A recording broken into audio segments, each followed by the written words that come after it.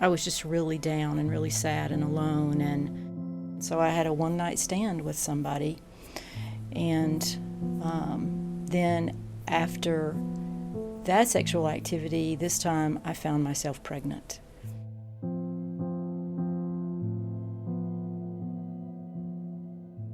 Being raised in church, coming from such a faith-based home, I also couldn't see myself going to my parents or anybody at church and saying anything with that kind of guilt and shame, and thinking how shameful it would be for them to then have to tell people our daughter's pregnant or she doesn't know who the father is. And I went to someone that I worked with. She goes, "I could take you to Atlanta. I've had 2 abortions and everything's okay." Got really involved in church, even to the point that I wanted to be really involved in like children's ministry. And I think I was looking at that as a way of, but if I get back involved in church, maybe I could see God loving me again, or other people wanting to be around me if they were to ever find out about what I had done. A couple years passes, and the guy that had been my boyfriend, those years, and I could see myself being with, he had come back. We ended up getting married.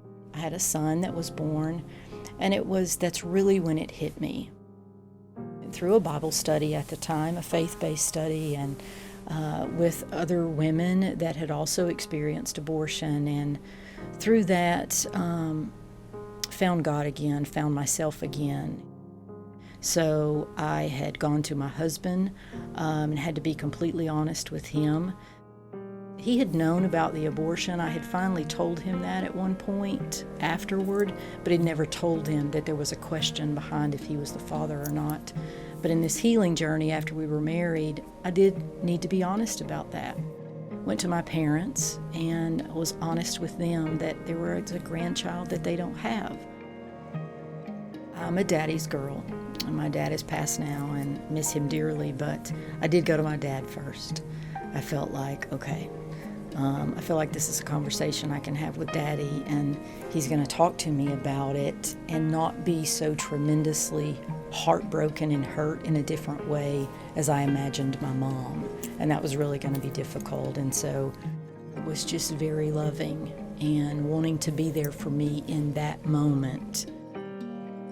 And then I told him that I needed to talk to Mama, but I was concerned about that because I was so afraid that it was going to be so hard for her. We were out on the front porch, and he was out there, and I was standing, and he had Mama come out there, and she was sitting, and she sat down on the stairs, and I, in tears, told her about it. If you've ever imagined the eyes of Christ looking at you, if you've gone and tried to be completely honest about something and take your mask off and be just completely, this is me and this is real.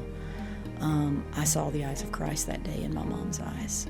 And it was just, the love that they were able to give me even after me taking their grandchild away from them just truly showed the love that they had through God and offering that forgiveness to me, as forgiveness is offered to all of us.